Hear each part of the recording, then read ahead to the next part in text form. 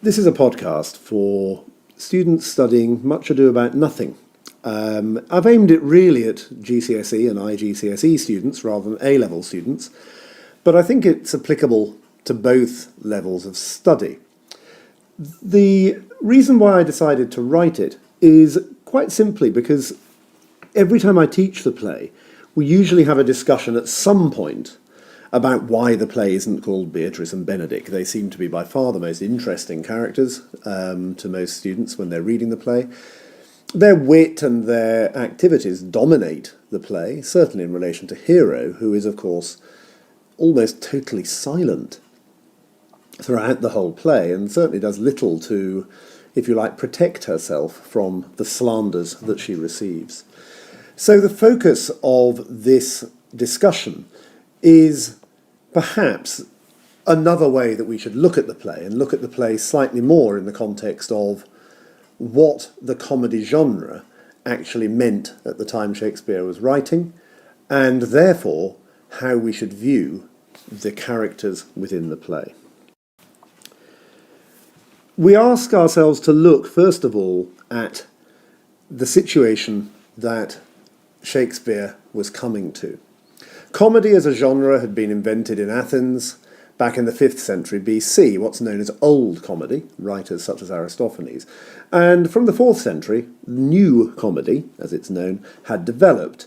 And the plots of New Comedy are very much the plots that Shakespeare is taking on. This is the comic plot, if you like, which had gone through ancient Greece, then through Rome, and found its way by a process of osmosis almost into Western culture. So we usually have a pair who suffer a tragic misunderstanding, and that leads usually to the heroine being wronged, often by the hero who has completely misunderstood the situation, and everything comes out all right only after vital information is discovered. And this is the key, because the plot therefore turns on this idea of recognition, this idea of something happening to reveal the truth. Once the truth has been revealed, the characters in the centre of the plot essentially rediscover each other, they've learnt from the process, and the misunderstanding has been resolved. And so that is comedy. And just as we might say that tragedy doesn't necessarily require something really sad, but is often, particularly in the Greek sense, the Aristotelian sense, to do with the tragic flaw leading inevitably to a disaster. In comedy, if you like, the genre is based not so much on the requirement to make people laugh, but the requirement to have some form of conflict which is resolved by the end of the play so that a happy ending is achieved. Now, this element of recognition, which I referred to a moment ago, of course is quite easy to see in the noting of the title of this play. If we take, if you like, the straight linguistic title of the play, Much Ado About Nothing, then we see quite clearly that this idea of somebody noting carefully and recognising the truth behind what's happening is really what brings about the recognition, which will end up clearing Hero's name in this play. You might like now to pause if you're working at this on your own, and if you're working at it with a partner. This is a place perhaps to pause and to discuss with somebody the elements of recognition, or noting therefore, that bring about reconciliation. I've said the reconciliation. There could be a number of reconciliations, because I think we have to include Beatrice and Benedick in the subplot as far as this is concerned. So pause now, share your ideas, make some notes, do some jotting.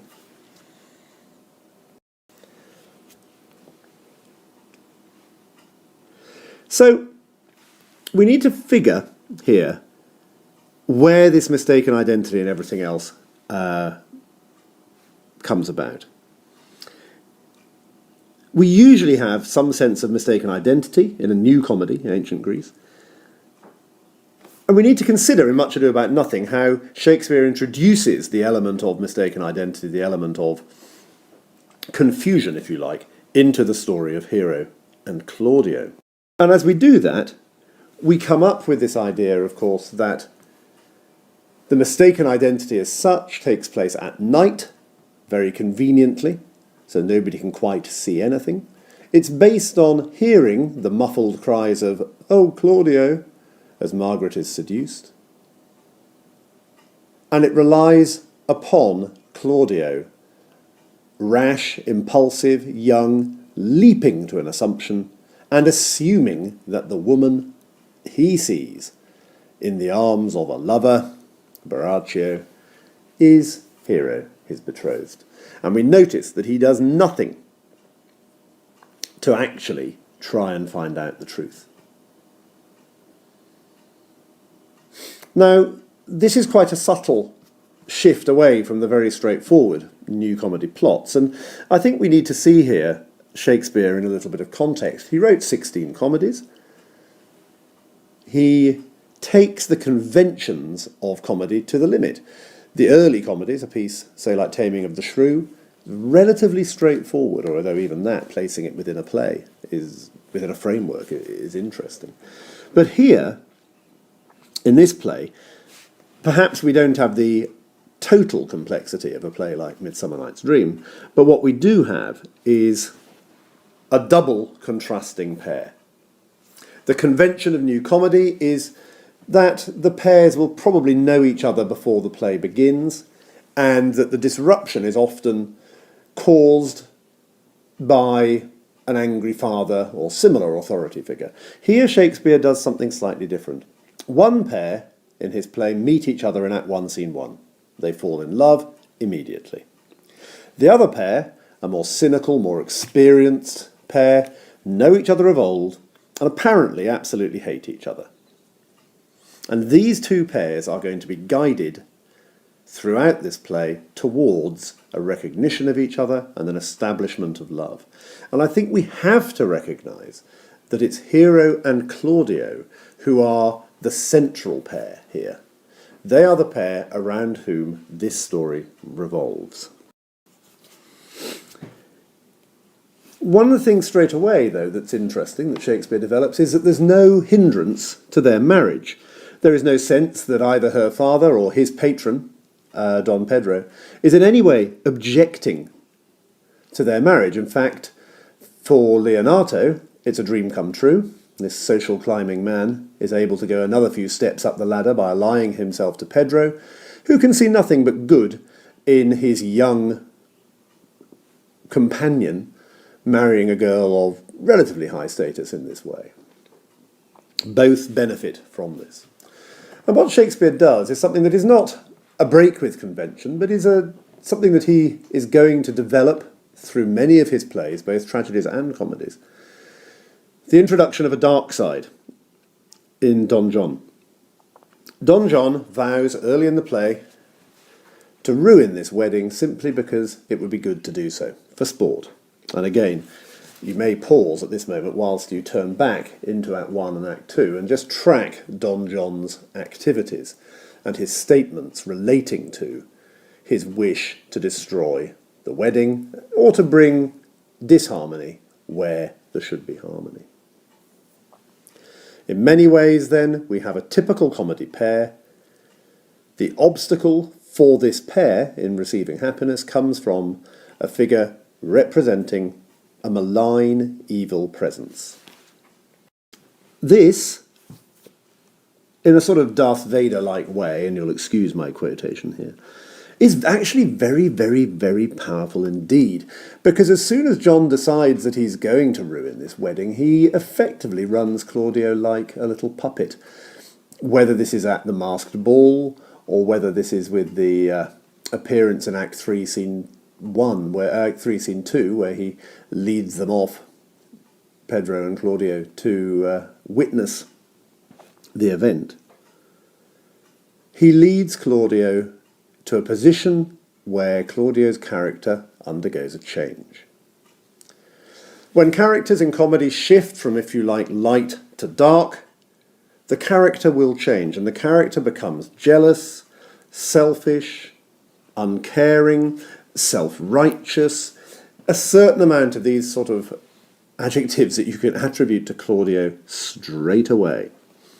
Because once this happens, the innocent young Claudio of the early acts the middle of Act 3, is transformed into the Claudio who will humiliate Hero publicly at his wedding. And just think for a minute how dark this action is. There's no need for it. If there is truth to what has happened, this could all be sorted out privately. But no. Claudio states clearly that he wishes to humiliate Hero at the wedding. He doesn't just want to break off the marriage, he wants essentially to get his dark vengeance. So we have here a central character in Claudio who makes a shift from, if you like, light, the innocent, naive boy at the beginning, to dark, the evil, unpleasant, cruel man. And on this page I've suggested that you pause now and find quotations and ideas to support this statement. The shift from light to dark within Claudio is very, very important. It is central to his character. I've said many times when teaching this play that Benedick undergoes a huge change. He grows up through the play, and so he does. It's easy to overlook this shift in Claudio. The shift from bright, innocent puppy to cruel, harsh, uncaring, unfeeling, and then back out the other side. It's this sense of coming out the other side that's so important. For the play to work, Claudio has to learn his lesson and he has to repent. And again, you need to look closely in Act 4 and 5 to track Claudio. The arrogance that he displays when challenged by Leonato and Antonio at the beginning of Act 5. He continues that arrogance when faced with Benedick until Benedick challenges him to a duel. And at that point, if you like, at the point where his darkness has humiliated Hero, has severed his connections with his best friend, has pinned him, if you like, into the furthest extreme of his behaviour, that the revelation happens. And at this point, he becomes a changed man. And although the poetry, if you like, of his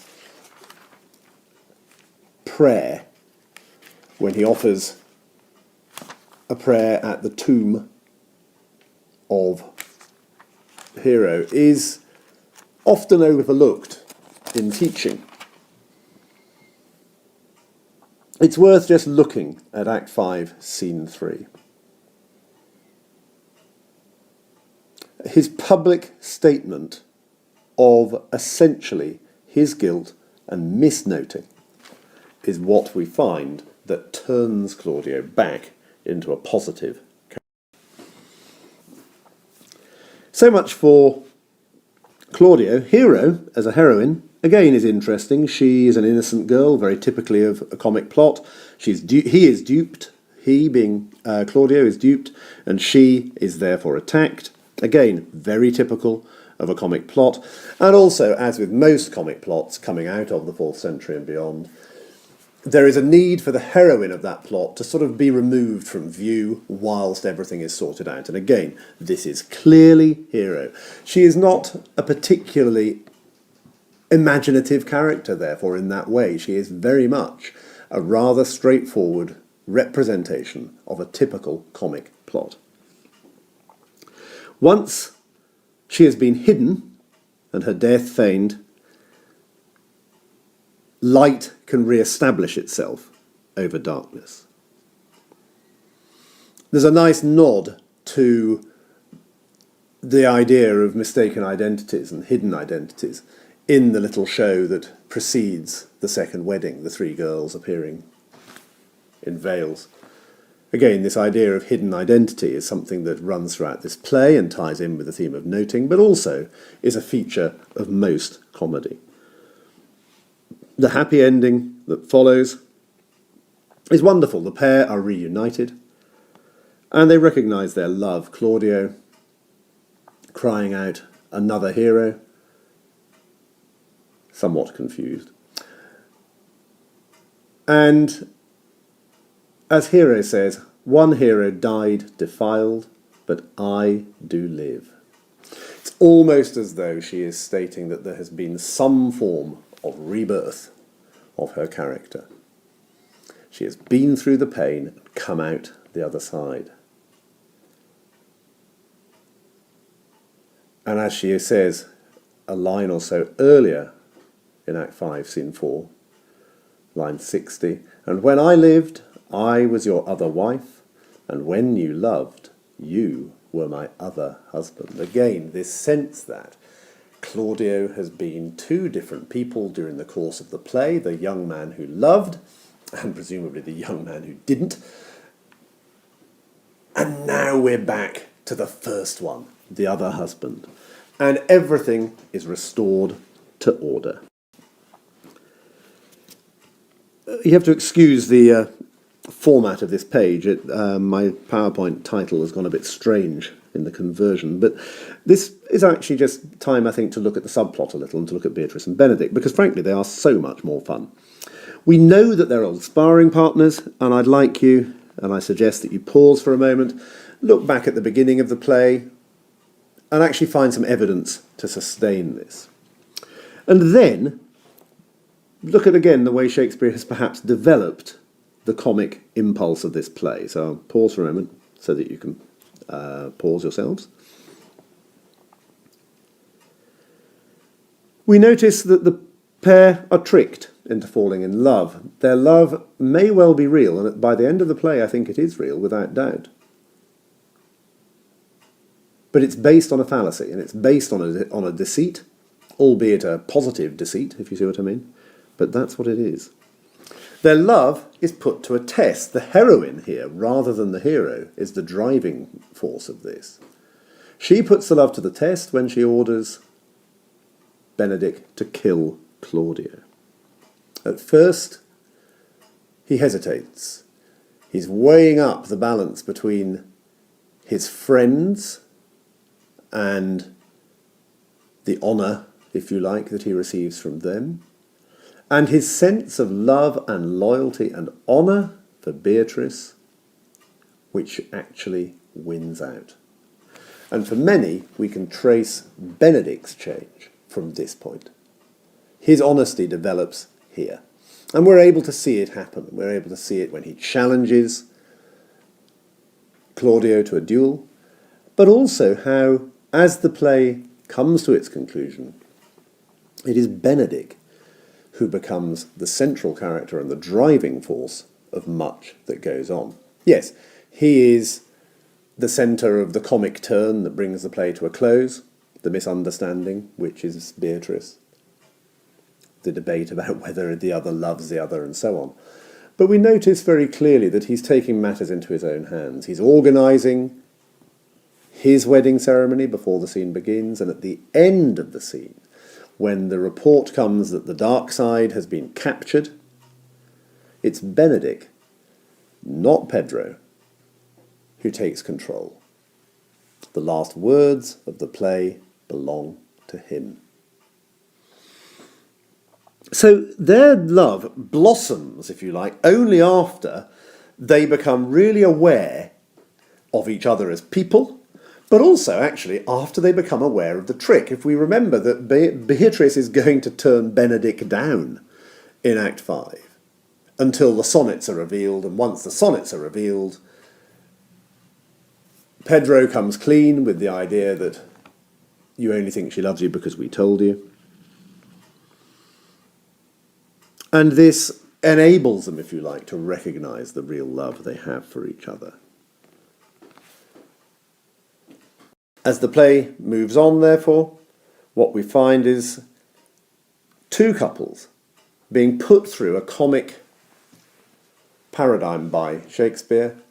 The idea is that the first couple, Claudio and Hero, represent the rather typical hero and heroine of the comic genre. The subplot couple, much more entertaining in many ways, much more witty, represent something slightly different.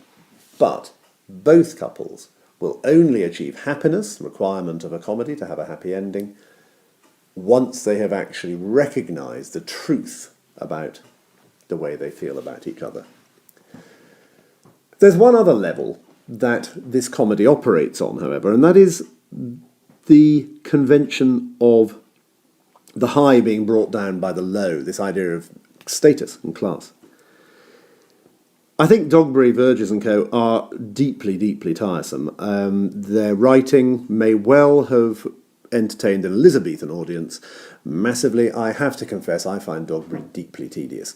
Sort of malapropism-based, pun-based comedy is not, for me, what I want to go and watch, and it's always interesting the way that any comic playing Dogberry usually will rely on the visual gag rather than the text that Shakespeare has given us. Yes, it's very clever, but it isn't necessarily what we would find funny.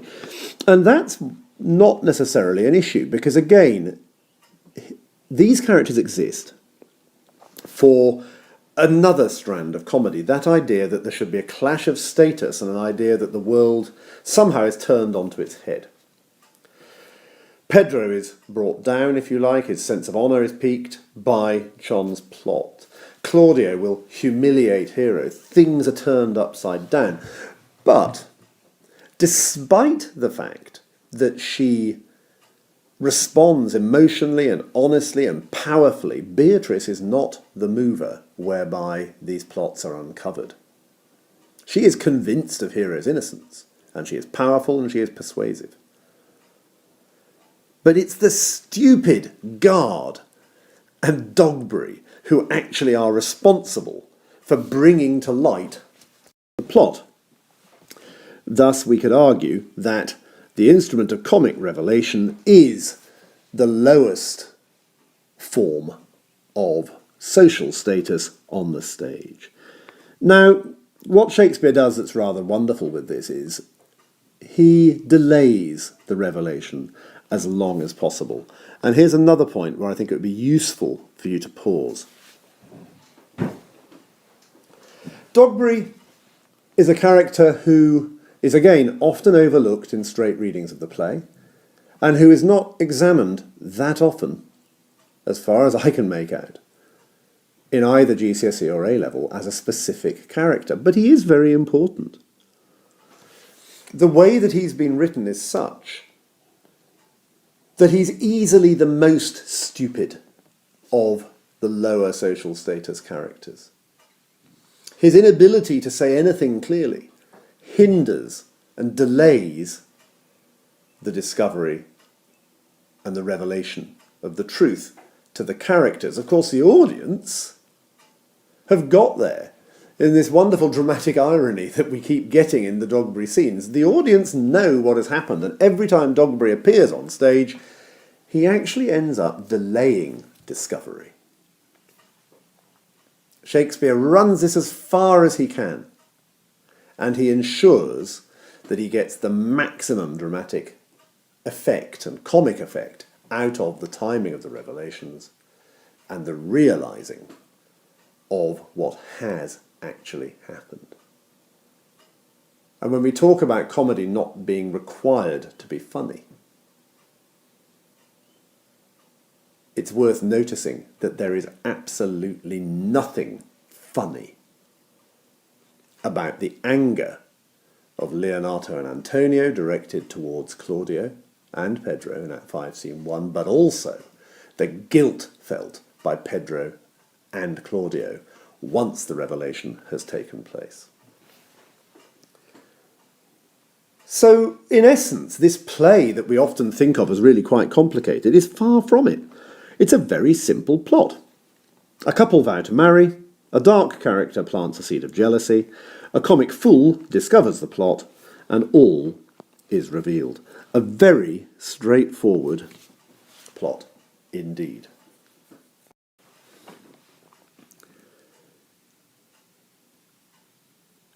So straightforward that Shakespeare obviously has to play other games for us.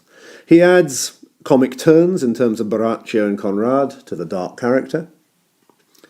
He stresses as well this idea of sort of world status, if you like here, the social climbing through Leonato. Again, you can find evidence to support that.